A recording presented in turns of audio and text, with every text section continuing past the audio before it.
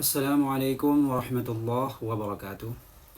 Saya Safriandi, dosen S1 Prodi Pendidikan Bahasa Indonesia, Fakultas Keguruan dan Ilmu Pendidikan, Universitas Maliku Saleh. Saya akan menjelaskan salah satu mata kuliah yang saya ampu, yaitu sintaksis lanjutan. Mata kuliah ini merupakan mata kuliah wajib dengan bobot 2 SKS. Dalam mata kuliah ini, mahasiswa mempelajari jenis kalimat, pelesapan kalimat, pola dan peran kalimat, kalimat efektif, dan permasalahan kalimat dalam bahasa Indonesia.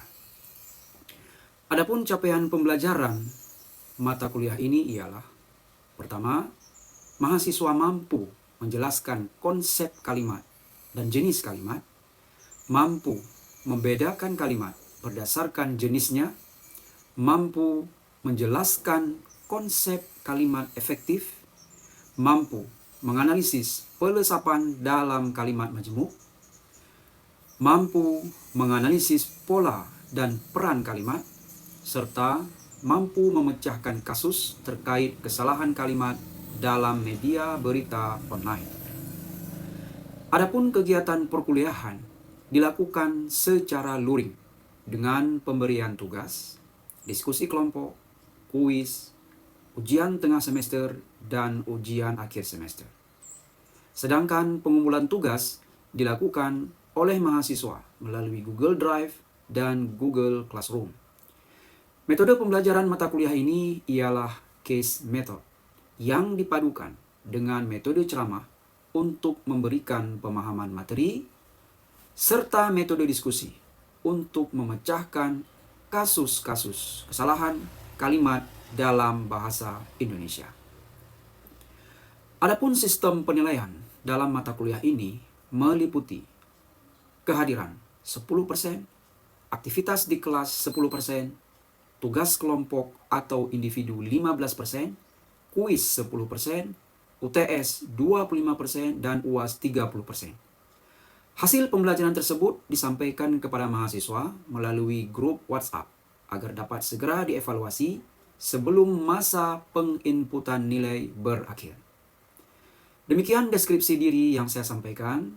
Semoga dapat menggambarkan aspek pendidikan dan pengajaran yang saya lakukan sebagai dosen di Prodi Pendidikan Bahasa Indonesia, khususnya pada mata kuliah sintaksis lanjutan ini.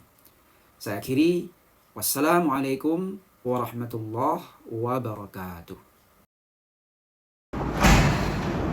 Assalamualaikum. Waalaikumsalam warahmatullahi wabarakatuh.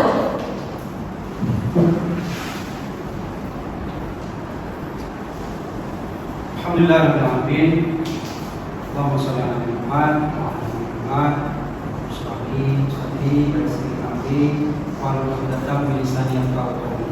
Baik, alhamdulillah hari ini kita berjumpa lagi setelah pada pertemuan sebelumnya.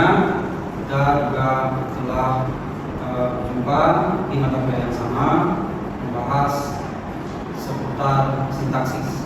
Sebelum perkuliahan kita mulai, pertama saya lihat ini warnanya kurang rapi. Tolong duduk yang rapi. Tolong diatur sekarang.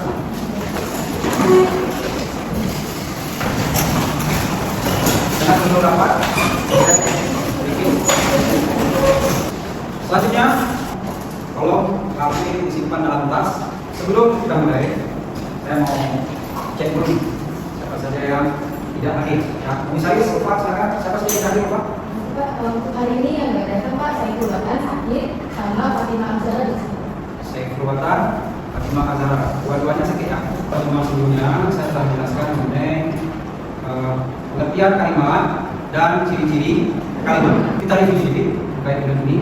Ya, saya ingin mendengar semacam kesimpulan ya dari beberapa teman-teman yang ada di sini terkait dengan kesimpulan materi pertemuan kita pada minggu yang lalu.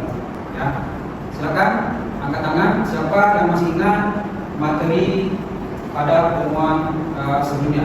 Saya pikir kita fokus di ciri-ciri kalimat ini. Ya, silakan siapa? Ya, Salsabila. Baik, Pak, ini ada beberapa lisan, maka kalimat tersebut diawali dengan kesediaan dan diakhiri dengan kesiapan. Namun apabila kalimat tersebut terdapat dalam bahasa tulis, maka kalimat tersebut diawali dengan huruf kapital dan diakhiri dengan tanda ketik, tanda tanya, atau juga bisa dengan tanda seru. Kemudian ciri yang kedua, kalimat itu sekurang-kurangnya harus terdiri atas subjek dan predikat. Lalu ciri yang ketiga, dalam kalimat apabila terdapat predikat transitif, maka kalimat tersebut harus disertai dengan objek. Namun apabila kalimat tersebut terdapat predikat intransitif, maka kalimat tersebut harus dapat disertai dengan pelengkap. Kemudian ciri yang keempat itu, dalam kalimat harus mengandung pikiran yang utuh. Baik, ya, bagus, ya. Luar biasa tadi kesimpulannya, tapi masih ada yang kurang ya, belum lengkap. Siapa lagi yang lain yang kita ingat nanti sebelumnya bukan ciri? Ya, ini itu. Sekarang ini. Yang berikutnya yaitu dalam itu satuan yang logis. Nah, itu tadi ciri-ciri kalimat. Nah, pada pertemuan kali ini saya akan menjelaskan salah satu materi yang terkait dengan kalimat, yaitu kalimat efektif.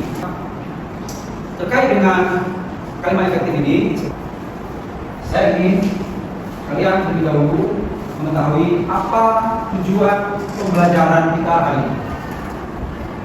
Tujuan pembelajaran kita hari ini terkait dengan kalimat efektif adalah saya ingin kalian nanti bisa memecahkan kasus terkait kesalahan kalimat dalam media berita online. Sebelum saya menjelaskan lebih jauh tentang kalimat efektif, ya, saya ingin mengetahui pengetahuan awal kalian terlebih dahulu tentang kalimat efektif. Sekarang siapa yang punya pengetahuan awal tentang kalimat efektif ini? Terangkan. Ya, ini terangkan. Kalimat efektif adalah kalimat yang benar dan jelas yang mudah dipahami oleh orang lain secara tepat. Jadi, jika suatu kalimat dapat menyampaikan maksud si pembicara atau si penulis dan si pendengar atau si pembaca mampu memahami maksud tersebut, maka kalimat itu dapat dikatakan telah efektif. Ya, terus saya perlu mengulang lagi. Ya, silakan. Purnama. Jadi kalimat efektif itu adalah kalimat menyampaikan informasi sehingga membaca dapat mengetahui apa maksud dari penulis. Nah, jadi kalimat efektif ini harus memiliki kayak bahasa seperti ejaan agresif dan situs utama. Satu orang lagi, coba. Ya, silakan. Kita berdasarkan pendapat beberapa tadi, menurut saya kalimat efektif adalah sebuah kalimat yang harus mampu menyampaikan perasaan ataupun gagasan atau pesan dari si penulis yang jelas dan mudah dipahami oleh pendengar sesuai dengan apa yang dimaksudkan oleh si penulis ataupun pembicara. Ya, oke. Bagus, ya. Benar, jadi tiga-tiganya tadi jawabannya itu benar ya. Dari tiga penjelasan tadi berarti dapat disimpulkan terkait kalimat efektif ya. Perhatikan bukan tulis seperti yang sudah ada itu, kalimat efektif itu dia efektif bila mampu menggambarkan secara jelas dan tepat isi atau maksud yang disampaikan oleh pembicara atau penulis. Namun pengertian tadi adalah pengertian yang umum. Supaya lebih jelas, kita harus lihat dulu ciri-cirinya. Pertama, secara tepat mewakili gagasan atau perasaan pembicara dan penulis. Yang tidak ada berbeda juga dengan ciri-ciri yang kedua, ya, yaitu menimbulkan gagasan sama tepatnya dalam pikiran pendengar atau pembaca. Kemudian dari dua hal tadi kita bisa merucukkan lagi menjadi ciri-ciri yang lebih detail. Apa saja ciri-ciri itu? Yang pertama adalah unsur-unsur kalimat harus jelas. Yang kedua, bagian-bagian kalimat harus sejajar. Harus sejajar artinya bila pada klausa pertama predikatnya menggunakan kata kerja asing, maka pada klausa kedua predikatnya juga harus menggunakan kata kerja aktif. Lalu bagian kalimat tidak dipenggal. Kemudian bagian-bagian yang sama tidak digunakan. artinya dalam sebuah kalimat itu tidak perlu mengulang bentuk-bentuk yang sama. Mengapa? Karena mubazir. Lalu tidak berbelit-belit. Ya. Kemudian yang terakhir disusun menurut kaidah bahasa Indonesia. Baik, sekarang saya jelaskan dengan detail terkait ciri-ciri yang saya sebutkan tadi. Jadi ciri-ciri pertama tadi yang saya sebutkan adalah unsur-unsur kalimat harus jelas. Nah, supaya lebih jelas, ya, saya perlihatkan contoh beberapa kalimat yang tidak jelas unsurnya. Pertama, kalimatnya seperti yang kalian lihat di sini di depan. Dari hasil penelitian ini membuktikan bahwa terjadinya gelombang tsunami akibat patahnya lempengan bumi di dasar laut. Kalimat ini tidak efektif. Unsur-unsur kalimatnya tidak jelas. Kalau kita lihat di sini, dari hasil penelitian ini itu merupakan keterangan. Sedangkan membuktikan adalah predikat. Berarti yang tidak ada apa? Subjek. Nah, supaya dia bersubjek, ada dua cara yang bisa dilakukan. Cara yang pertama, kita buang kata dari. Kita buang kata dari. Yang tadinya berstatus keterangan, dengan dibuangnya dari, dia berubah menjadi subjek. Cara yang pertama. Jadi, statusnya kalimat itu masih tetap kalimat aktif. Cara yang kedua adalah dari tetap dipertahankan, tetapi kata kerjanya tadi membuktikan diubah menjadi terbukti.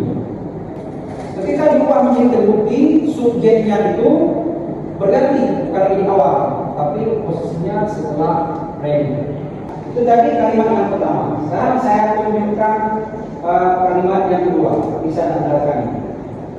Saya jelaskan di pertemuan sebelumnya kan saya telah menjelaskan tentang subjek, predika, objek, ya kan. Nanti saya memberikan kemampuan kalian dalam mengidentifikasi apakah ada subjek atau tidak, ada predikat atau tidak ada predikat, dan seterusnya. Ya. Nah, ini kalimat kedua ini. Kalimatnya salah satu hasil teknologi yang sangat bermanfaat bagi kehidupan manusia, yaitu komputer. Kalimat ini tidak aktif.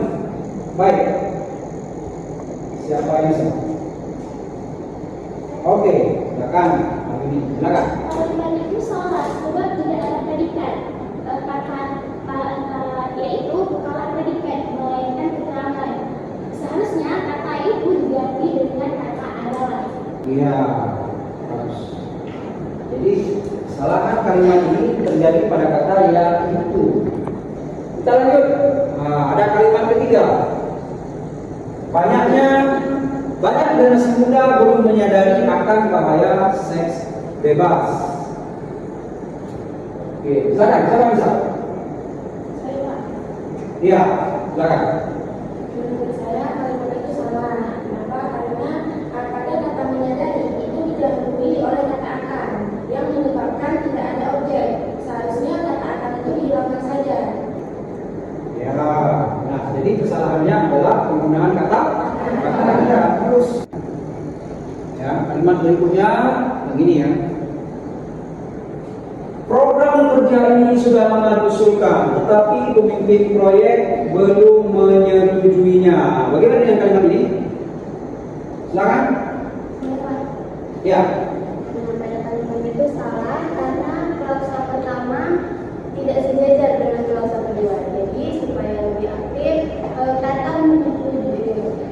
kerja menyetujui itu diganti dengan disetujui. Jadi kalimat perbaikannya adalah program kerja ini sudah lama diusulkan, tetapi belum disetujui oleh pemimpin proyek. Iya, Pak. Ya. Oke, satu lagi tentang yang ini. Ya, kegiatan proyek ini memerlukan tenaga yang terampil, biayanya banyak dan harus cukup waktunya. Silakan siapa? Ya. Kalimat tersebut salah karena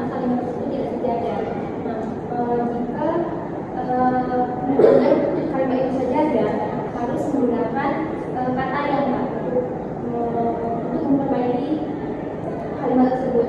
Jadi kalimat yang benar ialah kegiatan proyek ini memerlukan tenaga yang terakhir, banyak biaya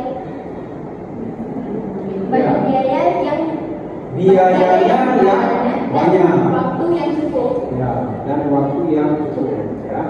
Jadi tidak sejajarnya diam, tenaga yang terampil, biaya yang banyak. Biayanya banyak, harus cukup waktunya. Seharusnya tenaga yang terampil, biaya yang banyak, dan waktu yang cukup.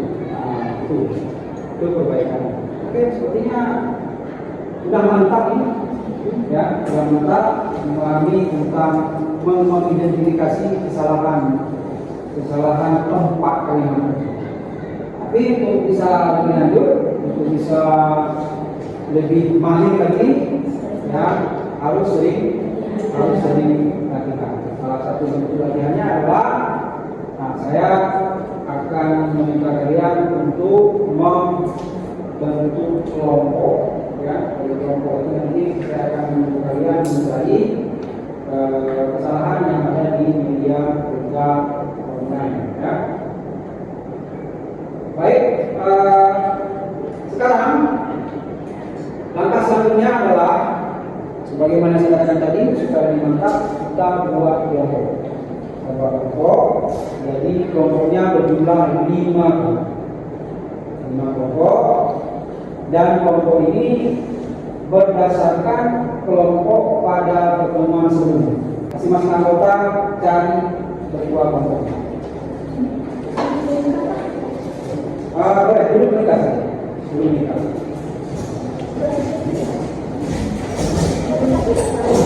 Baik. Nah, sekarang kelompok sudah dibentuk, ya, kelompok sudah dibentuk. Sebagaimana yang saya katakan di awal, tujuan belajar kita adalah saya ingin kalian menyelesaikan kasus terkait sejumlah kalimat yang tidak efektif yang ada dalam media berita online.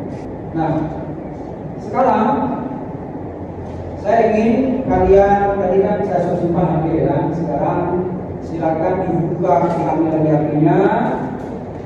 Kemudian saya ingin dari HP itu melalui internet, saya ingin kalian masing-masing kelompok mencari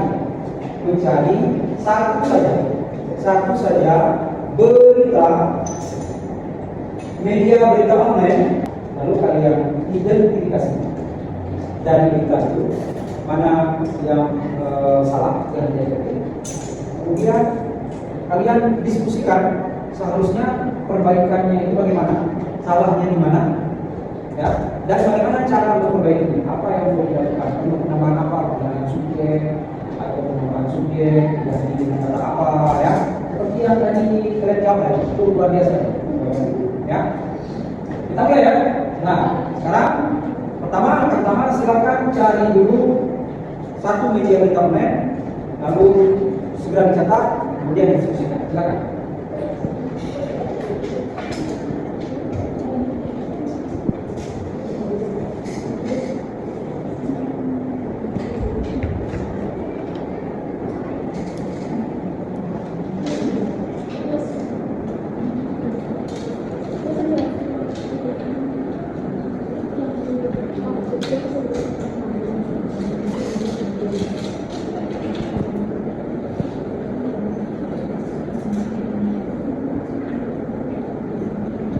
Gimana Pak?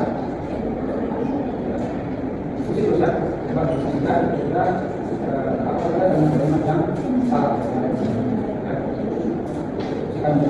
Karena ada yang main sini. Diskusikan.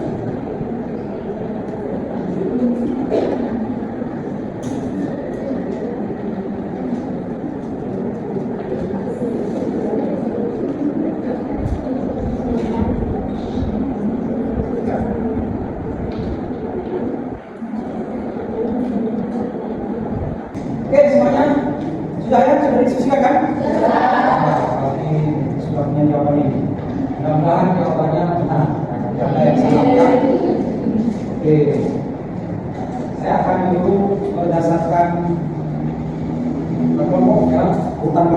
Jadi kelompok 1 ya. Kelompok 1 sudah siap? Sudah. Baik, kelompok 1. Silakan kelompok 1 dibacakan mana saja kalimat yang salah. Nah, kalimat yang pertama tidak estetik itu dengan memulai merealisasikan ide-ide positifnya dengan memanfaatkan skill, hobi serta bakat yang dimiliki. Nah, kalimat ini memiliki dua kesalahan, yaitu ketiadaan subjek dan penggunaan istilah asing. Nah, agar kalimat tersebut bersubjek, kata dengan itu diganti dengan kata iya, dan kata skill itu diganti dengan keahlian. Nanti tidak ada subjek ya. Oke, lanjutkan. Nah, kalimat kedua itu Ima juga menyebutkan dengan modal nekat membuat dirinya ini berani keluar dari zona nyaman. Nah, kesalahan kalimat di atas pada ketiadaan objek dan ketiadaan subjek. Nah, agar kalimat itu berobjek, tanda koma diganti dengan kata bahwa, dan agar kalimat bersubjek kata dengan dihilangkan. Ya, terus nah, ya. Ini objeknya. Ada lagi? Oke, silakan. Nah, kalimat yang ketiga itu, meskipun ia sadar bahwa dirinya adalah seorang wanita yang harus menjalankan pendidikan sambil berwirausaha. Nah, kalimat ini hanya berupa keterangan. Nah, agar kalimat itu bersubjek, kata meskipun itu dihilangkan. Ya, oke. Terus berarti salah kalimat itu tidak ada subjek dan predikat. Ya, terus benar ya. Oke. Kita lanjut ke kelompok 2. Silakan kelompok 2. Yaitu keahlian. Terlibat dari kata skill diganti dengan keahlian. Dan selanjutnya itu, kemudian dia mulai merintis usaha di bidang narkoba sejak tahun 2018 dengan bantuan dana dari program PMW Universitas Pamukkale. Kesalahan kalimat di atas terletak pada penggunaan kata kemudian di awal kalimat dan penggunaan kata takdir. Kata kemudian merupakan konjungsi setara menghubung antar kausal sehingga tidak boleh diisi awal kalimat. Jadi, kata tahun tidak perlu digunakan lagi sebab akar 2018 sudah menyatakan takdir. Ya. Jadi ada pembaziran ya, pembaziran penggunaan kata. Sudah ada angka 2018, digunakan lagi kata tahun. Oke, kelompok yang berikutnya. Apa yang berikutnya? Kelompok 3. Sekarang kelompok 3.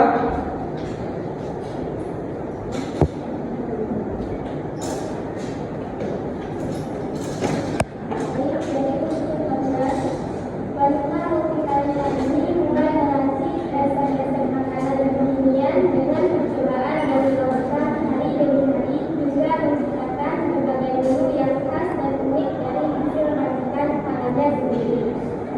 Nah, pada kalimat itu penggunaan kata meracik tidak tepat. Kata meracik berarti mencampur beberapa bahan untuk dijadikan obat. Namun, penggunaan yang terletak setelah kata meracik ialah resep-resep masakan, bukan bahan.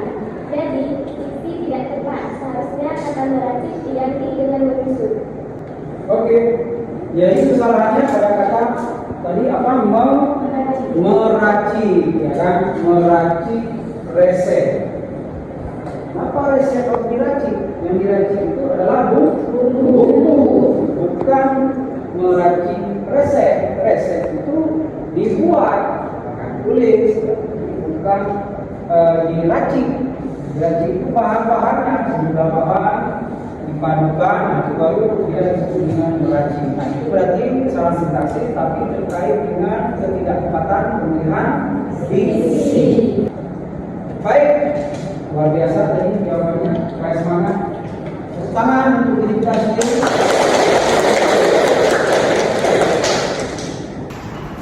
Oke, alhamdulillah kelompok-kelompok tadi sudah membaca hasil yang didapat berdasarkan penelusuran di internet ya.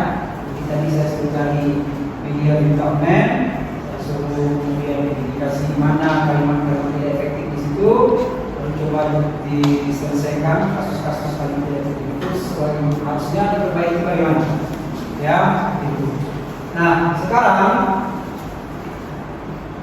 Di akhir pertemuan, supaya ada yang bisa kalian pahami dari pembelajaran kita hari ini, itu harus kita simpulkan dulu.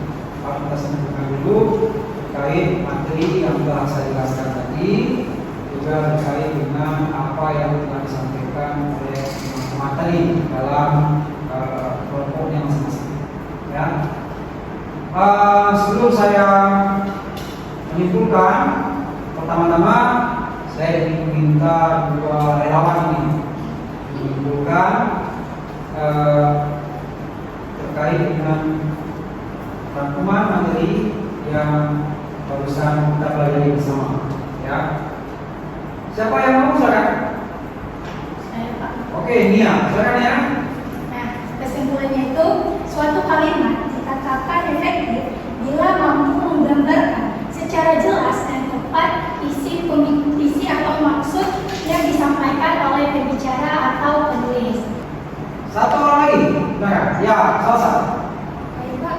Jadi sesuai dengan apa yang sudah Bapak jelaskan, saya menyimpulkan bahwa ada beberapa ciri-ciri dari kalimat efektif, Pak. Ya. Nah, jadi ciri-cirinya itu antara lain unsur kalimat itu harus jelas, kemudian bagian dari kalimat itu harus sejajar, lalu bagian-bagian dari kalimat itu tidak boleh ditunggal-tunggal, jadi harus utuh.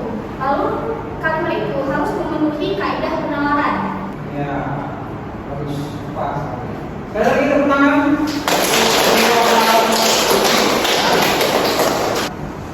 Kesimpulannya adalah banyak ditemukan kalimat yang tidak efektif dalam media berita online.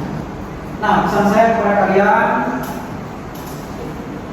hindari kalimat-kalimat yang tidak efektif. Jadi upayakan gunakan kalimat-kalimat yang memang benar-benar diperlukan ketika kita menulis. Cukup lama ya pertemuan ini. Saya pikir pertemuan kita cukup untuk hari ini. Insyaallah kita lanjutkan lagi pada minggu berikutnya. Tolong ini di ulang-ulang di rumah. Dan sebagai penutup terakhir, setiap kelompok tadi untuk pertemuan berikutnya saya ingin tolong dicari kesalahan kalimat pada skripsi mahasiswa. Olah kerjanya seperti tadi. Cuma tadi kan hanya 3 kalimat. Nah, sekarang saya ingin masing-masing skripsi, kan berarti ada 5 kelompok, berarti ada 5 skripsi. Masing-masing skripsi cari 10 kesalahan. Seperti itu. Ya, kerjakan satu kelompok, dikumpulkan minggu depan, diketik saja, dikirim melalui Google Drive. Ya, jadi ada pertanyaan? Ya, silakan. Baik, terima kasih Pak. Sebelumnya saya ingin bertanya, Ya. apakah kalimat aktif yang tidak memiliki sebuah objek termasuk ke dalam kalimat efektif? Mungkin sebelum saya jawab, ada yang mau jawab? Silakan. Ada? Ada? Ketika sebuah kalimat tidak ada objek, bisa jadi dia efektif, bisa jadi tidak efektif. Kalau misalnya predikatnya adalah predikat verb, kalau misalnya predikatnya itu adalah verbal dan menuntut wajib ada objek, nah berarti objek itu juga menjadi penentu bahwa kalimat itu merupakan kalimat efektif. Ada lagi yang lain? Ya, baik. Saya pikir kalau memang tidak ada, saya cukupkan pertemuan hari ini. Terima kasih banyak atas perhatiannya. Tepuk tangan sekali lagi. Baik, saya akhiri. Assalamualaikum warahmatullahi wabarakatuh.